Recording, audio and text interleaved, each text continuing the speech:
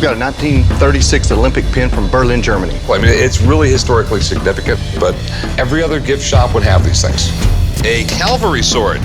Civil War officer's sword. There's no other sword that's seen as much battle as this sword has seen. A treasure hunter strolls in all confident with something he calls a card cheating device from the 1800s. He's grinning ear to ear like he just found Jesse James's poker kit. Rick's already intrigued. You mean like a cheating gadget? Yep, and apparently it came from Texas. I mean, where else, right? This guy's convinced he's holding outlaw history in his hands. Hey, how's it going? Got something really awesome. It's a card holdout device. You mean like a card cheating device or something? Yes, sir. I found this with my metal detector. I'm a treasure hunter. Okay. Rick's eyes light up as the guy demonstrates how gamblers supposedly used it to hide an ace up their sleeve. Hold your cards close to your vest, he says. That line lands harder than the old man's stare at closing time. The seller's asking for $200. Seems fair, if it's real. But oh, this is Pawn Stars, so you know it's not going to be.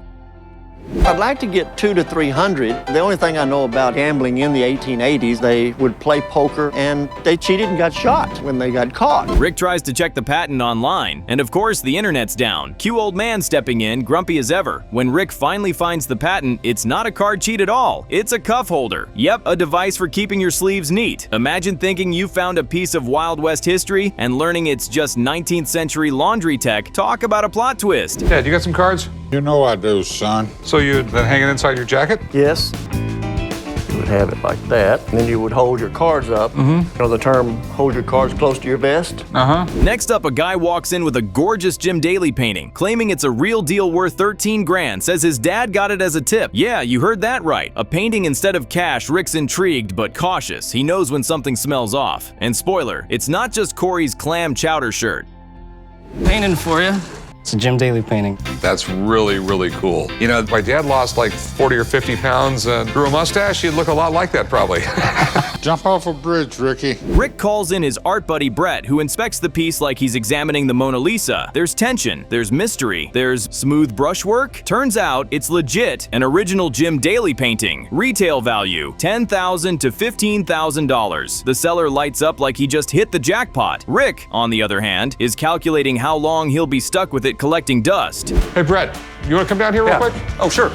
We have a Jim Daley print or painting. Okay. You know, the closer I look at it, it looks like it's some sort of fancy printing technique. I mean, if you look at the back, you'll see that it says master prints filed with. Seller wants $13,000. Rick fires back. How does it feel to want? The negotiation gets brutal. They go back and forth. $8,000, $7,500, finally settling on $6,500. Watching Rick haggle is like watching a surgeon perform comedy surgery. The seller walks out happy enough, but you know Rick's already picturing that painting sitting unsold for 5 years, classic Pawn Stars math.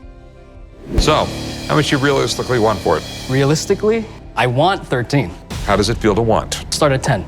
No, I can't. I will give you $6,000. Next, a guy drags in what looks like an antique stroller or a demonic rickshaw for toddlers. Rick's trying to figure out if it's for babies, dolls, or maybe exorcisms. He claims it's from the 1800s. Internet says strollers like this go for 5 grand. Rick's like, yeah, sure. And Chumley's a brain surgeon. He inspects it and spots rubber tires. Instant red flag. Probably early 1900s. Maybe even a prop from The Shining. Good, how about you? All right, what do you have here? Well, this is an 1800 stroller. Okay. You sure it's not a really old rickshaw for a small person? My kid's around in one of these strollers. I would love to get $500 for this thing. I've seen them go up to $5,000 on the internet. The seller admits she paid $2.50 at auction. Rick offers $10. They settle at $20. $20 for a cursed baby buggy that looks ready to roll off into a nightmare. Honestly, I'd pay to not take it home. Rick wins this round, but it's less profit and more what the hell did I just buy? What do you think this thing is worth? You know, I don't know. How much did you pay for it at the auction? You really want to know? I've already said I paid $2.50 for it at the auction, right? Every once in a while I run into this, I just get completely baffled, and I don't even know who to call. I have no idea who would be interested in this. Now we're talking. Some guy rolls in with a custom-built rat bike. It's a rusted, badass Frankenstein motorcycle that looks like it's held together by attitude and duct tape. He built it himself and wants $15,000. Corey's face? Equal parts impressed and terrified. The dude swears it's faster than anything you've ever ridden. Bro, this thing looks like it runs on pain and regret. So this is it, huh? Oh, it's nice, man. This is my hardtail bobber rat bike. I would be willing to bet a couple of $1,000s that is faster than anything you've ridden. Corey calls in his motorcycle guru, Chris. This guy's got perfect hair and enough Harley knowledge to fill a library. He fires it up, listens to the engine, nods approvingly. Sounds good, he says, then drops the truth bomb. It's worth between $6K and $8K. Ouch. The seller's confidence just deflated like a flat tire at Sturgis. Called my buddy Chris to come down and help out. Dude, nice shirt, man. What's up? I spilled my lunch all over it, dude. I'm having probably the worst day. How's it going? I specialize in vintage Harley Davidson. I've been told I have the best hair. Corey offers $5,000. The seller laughs it off, says it's worth $15 to him. And honestly, fair enough. Sometimes you build something so personal, only you can love it. Corey shrugs, mutters, "I'm out," and limps off into the sunset. Still injured, still covered in clam chowder, and still living the King of Pain title to the fullest. Listen, my man, you said you want 15, and Chris is telling me between 6 and 8, which means I got to get it for 5. You want to sell it for 5,000? Nah, it's worth 15 to me because I can't replace it for 15 without my labor. A man proudly walks in holding a silver trophy he calls the Ayler Cup. He claims it's a one-of-a-kind World War I relic named after a soldier named Lillard Ayler. The man's beaming like he's holding treasure from a museum, while Chumley stares at it and goes, "What is this, a spittoon?" You can feel Rick's curiosity fading into skepticism already. Take pick guards and get them signed and later buy the guitar and just throw it on it. All right, thanks, man. Nice to see you. If the signature on it's legit and all the other signatures in the display are legit. Rick gives the history lesson of the day. Back in WWII, horses were used before tanks and planes took over. But as soon as machine guns entered the chat, cavalry charges became, well, bad life choices. Then he cuts straight to the point. "You've got about $400 in scrap silver here. That's it." The man's face goes from proud to heartbroken in 2 seconds flat. Come on, boss. Have a seat over. What'd you call me out here for, chum? I'll show you something. Lately, it seems like old man doesn't work. He decided that he needs a hobby to keep his The poor guy tries to argue, saying the trophy honors the fallen. Rick doesn't budge an inch. "There's no historical or military collectability here," he says. "It's like watching someone's dreams melt into a silver puddle." The guy walks out defeated, swearing he'll never scrap it. Rick just shrugs. Respect doesn't pay the bills. I feed you, damn bird. They're worried about keeping sharp. I think they should be more worried about this moron in front of me. You want? Chumley, I want you to clean this. A woman walks in carrying the jackpot of nostalgia, a signed Beatles guitar, and an unused 1966 concert ticket. She drops those 4 sacred names, John, Paul, George, and Ringo, and suddenly, the shop feels electric. She says she bought it at a Playboy Mansion charity event. Rick doesn't even ask what kind of charity that was. Her asking price? $25,000. Rick's intrigued, but knows better than to trust a story without proof. He spots Paul's signature and calls in Jesse. Their resident music gear guru Jesse's instantly geeking out over the Hofner-style bass. It's the exact model McCartney made iconic, but there's one glaring issue. It's strung for a right-hander and Paul's famously a lefty. Talk about deflation. He does some crazy stuff. It says, "Warning, this may cause flirtation with intoxication." It hangs up in the Pentagon break room. I like it. I like it a lot, Corey. How much is it? It ain't cheap. No, it's gotta be cheap. Come on. Jesse, the first guitar expert, explains that the guitar's practically untouched. Still got the packing felt under the bridge. Probably signed at a charity, he says. Not played. Still, if all 4 signatures are real, it's worth serious money. Rick's poker face slips into a hopeful grin. The woman's hanging on every word like it's a Beatles reunion.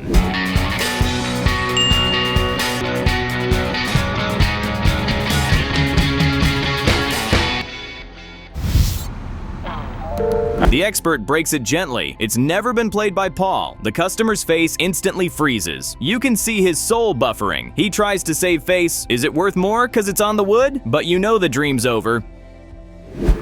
I'm on B2. 071. Bingo!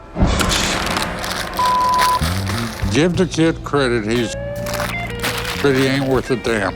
Let's go find something fun. Yeah, let's go find something better to do. Rick's got autograph expert Steve checking out the Beatles signatures. And right away, Steve's face says it all. It's faker than Chum Lee's diet plan. Sorry guys, none of this is real. Ouch.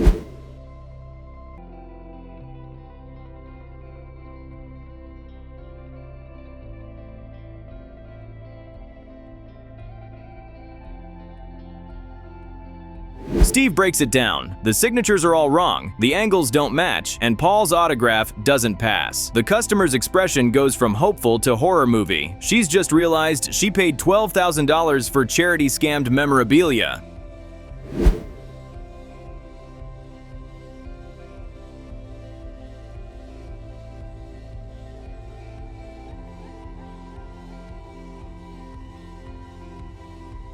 Rick tries to soften the blow. You could hang it on the wall and tell people it's real. The woman doesn't laugh. She walks out furious, muttering like she just got scammed by Sergeant Pepper himself. That's the pawn game. Sometimes you hit gold, sometimes you hit heartbreak.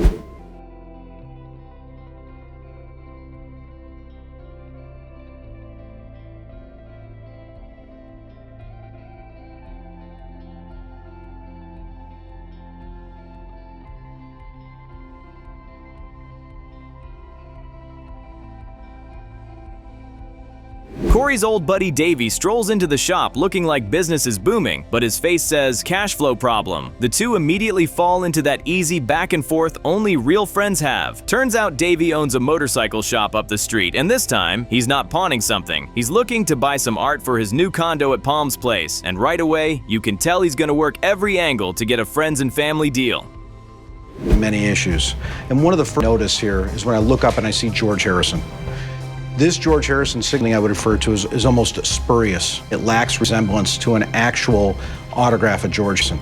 George Harrison had the beautiful autograph. You could read every letter. When I look at George Harrison They browse the shop floor together, tossing out sarcastic jabs until Davey's eye catches something that stops him in his tracks, a painting by Michael Goddard. Now, Goddard's a Vegas legend, famous for turning martinis, olives, and chaos into fine art. This particular piece, a DUI checkpoint scene, tiny olive cops flashing lights at cocktail glasses on a Vegas street. It's bizarre, hilarious, and weirdly classy at the same time. Corey lights up, explaining that one of Goddard's pieces even hangs in the Pentagon break room. Talk about high and low culture colliding perfectly. Davey's hooked. look at as John Lennon. I have no idea where they came up with that style of signature. Unfortunately, when I see this piece, I see kind of a piece of manufactured memorabilia. Well, as they say, mine's done. Okay, have a good one, man. Good to see you. This was pretty much a no-brainer. If someone's appraising something at $25,000, $30,000 and they're taking half for it. Of course, this is Pawn Stars, so you know what comes next, the haggle. Davey shoots for $1,000, acting like he's doing Corey a favor by even offering that much. Corey fires back with mock offense. Dude, that doesn't even cover my cost. They volley offers like two poker players bluffing with empty hands. Finally, Corey groans and says, all right, $1,500, and don't tell my dad. Davey jumps on it faster than Chumley at a buffet. Deal. Boom.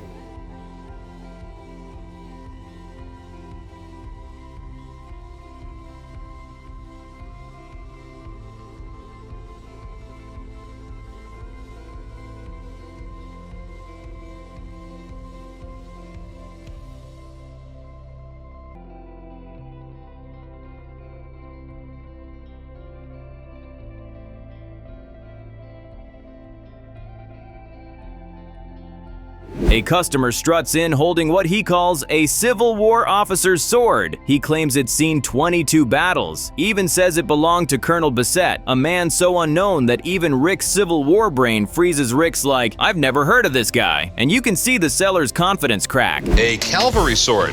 Civil War officer's sword. Model 1860. Belonged to Colonel Bassett. This is pretty cool. It was pretty cool.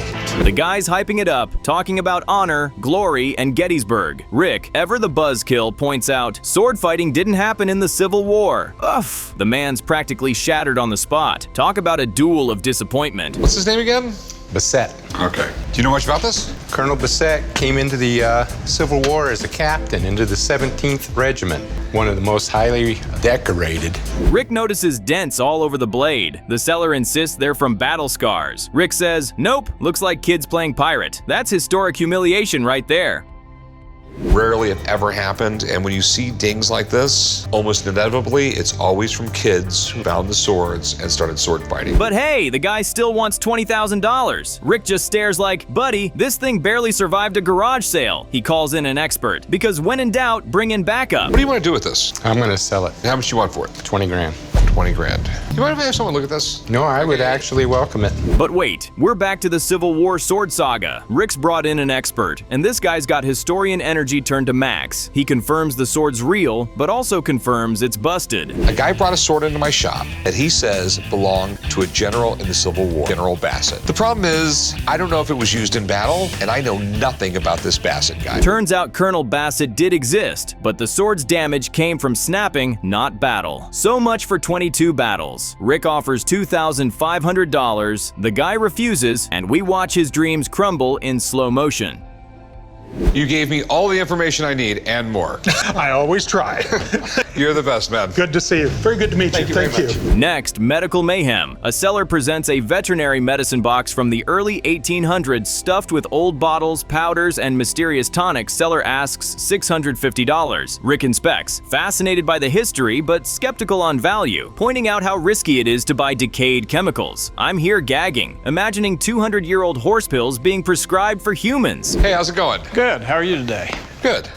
Whoa, that's different. Humphreys, veterinary Specifics. for the cure of horses, cattle, sheep, hogs, dogs, and poultry. Negotiations kick in right away. Rick lowballs him, offers $400, then bumps it to $450 after a little back and forth. The guy takes it. Moral of the story: homeopathy still doesn't work, but the pawn game sure does. And I gotta admit, some of the cures in this thing are pretty weird. So do you want to sell this, or? Yeah, I'd like to sell it. How much you looking for? $650. Finally, pure comedy gold. Chumley's teasing Rick about the veterinary kit. Here's one for worms, one for indigestion, and this one's for your Saturday night weakness. Rick's face is priceless. The old man jumps in with, "Well, Rick, it might work for you," roasted by his own father. Hey, Rick. Where do I put this? Put it on the shelf for sale. Where at? Where it's supposed to go. Have a headache, chum. I don't want to deal with you right now. Well, maybe there's something in here that could help you. Then comes the most Vegas story ever told. A man walks in with a 1936 Berlin Olympic pin that he won in a poker game against a drunk German nicknamed Goose. I swear you can't script this. What do we have there? We've got a 1936 Olympic pin from Berlin, Germany. Where in the world did you find this? Well, 2 or 3 years ago, I was playing poker with this old German man. Rick gets all history professor on him. This was the Olympics Hitler used for propaganda. Chumley's probably somewhere Googling, what is propaganda? Okay, where are you from? From Arkansas. Is that legal there? No comment? This pin, I think, was from the 1936 Olympics, back when Hitler was in charge. So it was a very controversial Olympics. The guy wants $300 for it. Rick naturally goes, "I'll give you $75. After a dramatic pause, they settle at $100. Goose's debt finally paid, only took 3 years and 1 reality show appearance. 1936 Olympics happened at a really crazy time. Hitler was in power, but when the Olympic Committee granted Berlin the right to the Olympics that year, he wasn't in power. They never expected this racist a-hole. And now, the main event. A man walks in with 2 vintage tin robots from the 1960s. Chumley's eyes light up like a kid in a toy store. "They didn't play like I did," he says. What can I help you with today? I got a couple of robots here I'd like to sell. All right, what do you have here? Let's see, I got a Colonel Haphazard, 1965 with the box. It's in really good shape. These bad boys are pure retro sci-fi goodness. One's Colonel Haphazard, the other Roscoe Astronaut. The customer's asking $5,000 each. Chumley nearly chokes on his Red Bull. That seems pretty steep. All right, this is pretty cool. The Marx Company has been around since 1919, and they were known for making tin toys, plastic toy soldiers, toy sets, all kinds of stuff. So naturally, he calls in his toy expert, Johnny, a guy who probably has more collectibles than furniture. Johnny's geeking out instantly. "You don't get any cooler than these." The robots are in excellent condition. They're original, all their functions work correctly, so I do welcome him coming to look at them and seeing what he feels will be fair. He tests the robots, lights flash, gears whir, it's nostalgia on steroids. He values the pair at $3,200 total. You can see the seller's face deflate faster than a balloon in August. Minor little blemishes on this one here, but overall condition's great. Colonel Haphazard. What's amazing here is that everything's complete. He's nice and white. Chumley offers $1,900. The seller holds his ground at $4,000, then $2,200, then finally walks out. Chum shrugs, probably relieved he didn't blow the budget on space toys. Perfect condition, it worked perfectly, everything was original. The Colonel Haphazard also was in great condition and fully working. I was excited to see the box, it definitely makes a big difference in the value. Then, just when you think the episode can't get weirder, a woman walks in with a milk glass oil lamp. It's dainty, it's vintage, and according to Rick, it's broken. He spots a bad solder job and instantly kills the deal. It's a milk glass oil lamp made by the Dutch company Royal Zanzara. Okay, it's what you'd see in Victorian times in the United States. The poor lady looks heartbroken. I was gonna take my daughter on vacation. Rick's basically like, well, maybe light up your living room instead. Cold, man. And this doesn't fit. This does not come with it. So, it's not for me. But thanks for bringing it in. Of course, thank you. Have a good one. Thank you. The episode opens with some pure gold banter. The old man's out here reminiscing about Hollywood's tough guys, Bogart, Wayne, and of course, Steve McQueen. The second McQueen's name drops, Rick practically blushes. Corey's like, Dad, you've got a man crush. Rick denies it faster than Chum Lee eats a donut. Bogart was pretty good. John Wayne was good. They were the tough guys. Of course, there's Steve McQueen. No, you have a man crush on Steve McQueen. I don't have a man crush. I just thought he was a pretty badass dude. Yeah, I have to agree. The teasing continues as Rick pretends not to idolize McQueen while driving the same car, wearing the same shades, and quoting the man daily. It's giving fanboy energy, and the old man's not letting him live it down. You drive around in a car that looks just like his, and you wear the same sunglasses as he did. I'll tell you a good actor that's still around is Robert De Niro. Robert De Niro? Close enough. Then comes a jaw dropper. A guy strolls in with a Colt 45 from the 1800s, claiming it's the gun that killed Jesse James. Cue dramatic Western music and Rick's eyes lighting up like someone just pawned Billy the Kid's hat. Hey, how's it going? Hi, I got something for you. What do you got? This is gonna be something cool. It's a Colt 45 from the 1800s. This gun is the gun that killed Jesse James. The seller spins this wild tale. His dad bought it from a collector who got it from a doctor who got it from Frank James himself. Basically, this gun's been passed around like gossip at a family barbecue. Jesse James has to be one of the most interesting outlaws. He supposedly would have been a bad guy, but I think the American public kind of embraced that Robin Hood image. Rick's skeptical, but intrigued. The gun's covered in chrome like someone tried to bling out history. Still, the seller swears it's the real deal, worth $50,000. Rick mutters, if it's real, I'd pay $250,000. Corey would have passed out right there. It's Jesse James. Holy Jesse James got shot in the back of the head by a member of his own gang, Bob Ford. And since James wasn't armed, everyone considered Ford a coward for doing it. But Rick drops the hammer. Jesse James was shot with a Smith & Wesson, not a Colt. Boom. The seller's jaw hits the floor. Rick even says Colt would never do such a hideous plating job. Ouch. Double tap. This is the gun that killed Jesse James. I have no problem giving you $250,000. Here's your problem. According to everything I know, he was killed with a Smith & Wesson, not a Colt 45, which is what you say you have here. Corey jumps in, basically calling Bob Ford a liar. He probably said every gun he owned killed Jesse James. Brutal honesty runs deep in this family. Rick's final verdict? Great story. No proof, no deal. Game over. Being the guy that killed Jesse James. I'm sure he walked around claiming that every gun he ever bought was the gun that killed Jesse James. Do you have the factory letter on the gun? You just have some paperwork saying that it was brought around and shown as the gun that killed Jesse James. Now shift gears. Literally, Rick gets a call about a 1951 Chevy convertible driven by Steve McQueen in his final movie, The Hunter. You can practically hear him squeal through the phone. All right, so it's the actual car from the movie. That was Steve McQueen's last movie. Should be a 51 Chevy, right? I'll be there in a half hour, 45 minutes. This guy has the car that Steve McQueen drove in his last movie, Hunter. Corey and the old man both roast him. You're gonna pay too much because it's McQueen. Rick's defensive, but we all know he's already picturing himself revving that engine in slow motion. Hey, Rick, why don't you just stay here and let me go? I know you're a Steve McQueen wannabe. And I will buy I'm not a Steve McQueen wannabe. I just want to go take a look at the car. It's worth a lot of money. We can make some money off it. They meet the seller and, yep, it's a beautiful car. Shiny, clean, oozing cool. Rick's eyes go full heart emoji. The seller wants $40,000. Rick, surprisingly, keeps his poker face for now. So this is it, huh? It is. 1951 Chevy convertible that Steve McQueen drove in the movie The Hunter. That is sweet. And where did you get it? It came from his estate. You can hear him grinding the gears and you can hear it running in the movie. Enter Danny, the car whisperer Coker. He examines it like it's sacred. Original parts? Check. Restored right? Check. Cool factor? Off the charts, he calls it a rock-solid 8. That's basically a car 10 in Rick's world. I'm really glad you guys called me out for this one, man. This is beautiful. You know, in '51, that was when Chevrolet started that campaign, See the USA in Your Chevrolet. They only did about 20,000 of these in a convertible. 51 Chevy was a great car. They were very much an everyday man's car. This was an affordable car. When they were brand new, they were $2,030 in the convertible form. Then Rick and Danny argue over who gets to drive it. Danny wins. Rick pouts in the back seat like a kid denied the front seat on a road trip. Where you going? Where you going? What are you doing?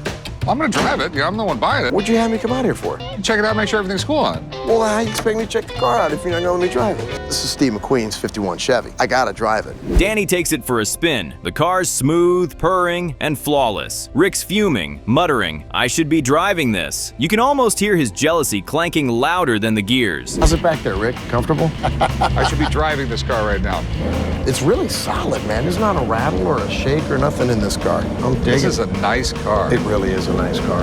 The expert values it at low 30s for the car itself, plus the McQueen factor. Translation, it's priceless to Rick and overpriced to everyone else. I couldn't say that the car is a 10, but it's a rock-solid 8 for sure. You know, I've seen 51 Chevy convertibles going for all kinds of prices, but I think I would solidly put it. Rick finally strikes a deal, $37,000. His grin says, "I'm not reselling this anytime soon." 40 grand. It's in the neighborhood of 30, just the way it is. I think Steve McQueen's got to be worth a little bit more. I'll give you 35 cash. I put it down on the money where I kind of needed it to be. Can you come up a couple grand? To what, 37? And finally, Rick's car obsession returns. The old man's breathing down his neck about selling the McQueen Chevy. Rick keeps saying, "We're gonna auction it," but you can tell he's secretly naming it Baby. Hey, Rick, when it comes to Steve McQueen, you turn into a teenage girl with a crush. Are you going to keep the damn thing or are you going to sell it? What's the problem? I'm just driving the car around until we take it to the auction. Old man delivers the line of the episode. In a couple months, Rick will start thinking he is Steve McQueen. We'll have to get him a wig. Savage Pure. Classic Grandpa energy. It's really important to find the right auction with the right buyers. The shipping cost will be totally worth it in the end. Corey, when's the damn auction? A couple months. A couple months of Rick driving this car, he'll start thinking he is Steve McQueen.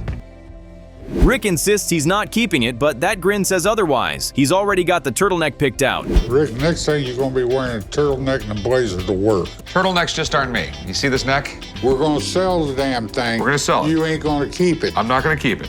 The company will make money. Cut to Chumley, who's now the self-appointed video game expert. He's checking out a vintage Centipede arcade table from the 1980s. He's hyped until the seller says she wants $500. His face drops faster than his high score. I was out running errands, and Corey texted me about someone wanting to sell their Atari Centipede table game. So I should be able to handle this one on my own. Pretty dope. It is, for being a 1980s cocktail table. He tries it out. The game works perfectly, but Chumley lowballs like a champ. "I'll give you 200. She fires back. 400. He goes 201. She walks. Man's negotiation skills are dangerously consistent. Does it take quarters? No, it's actually set for free play. Awesome. I think my high score still stands. I just wanted to make sure it was working good. Okay. How much are you looking to get out of it? I'd like 500 for it. Next up, a guy brings in something so random it's genius. A collection of Chewbop's mini album covers with bubblegum inside. Corey and Rick are like kids at a candy store literally. I got a collection of Chewbop albums here, looking to get rid of. Is that like the little album covers that had gum in them? Absolutely, yeah. And you actually thought these would be worth money?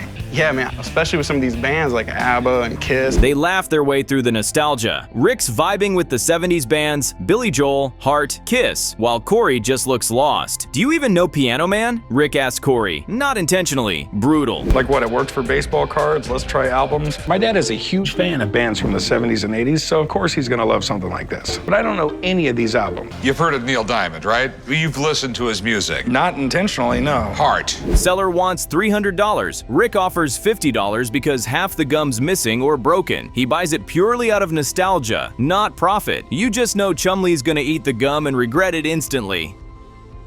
What do you want for these things? I was hoping to get around 300 for them. More like 25 bucks, dude. Most of them are open, and seems like half of them, the gum's missing or broken. Right, but the covers all still look good.